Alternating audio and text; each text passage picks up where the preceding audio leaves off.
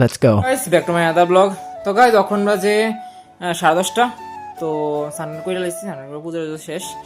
তো আজকে কখন যাবো মাস্টার বাড়িতে। তো মাস্টার বাড়ির থেকে কলেজে কলেজে প্র্যাকটিক্যাল আছে। তো টিচার বাড়ির থেকে যাবো, তো একবার রেডি হয়ে যাবো। তো ঠিক আছে, আমরা দেখা হইব। চলো, তো আমার ভাত খাওয়া শেষ। সকালে মাছ ভাজিটা করে দিয়েছিল, তো এটা দিয়ে ভাত খাইছি। তো এখন বাড়ি গেছি গা, তো যাও যাক। তো আমার লগটা এখন আইসে না। তো দেখো টিচার বাড়িতে আয়া পড়ছি, আর বহুদিন পরে আইসি এখানে। তখন 11:30 মতো বাজে।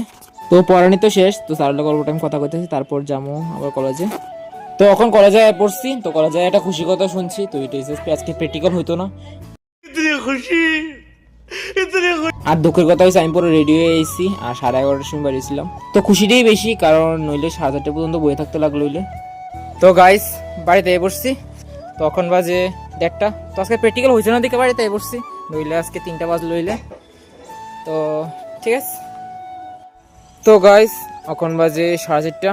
তো এই টাইমে যদি আজকে কলেজ প্র্যাকটিক্যাল হইতো তাহলে এই টাইমে আইলাম হইলে, বাট নাই, অল্প টাইম রেস্ট করতে পারছি।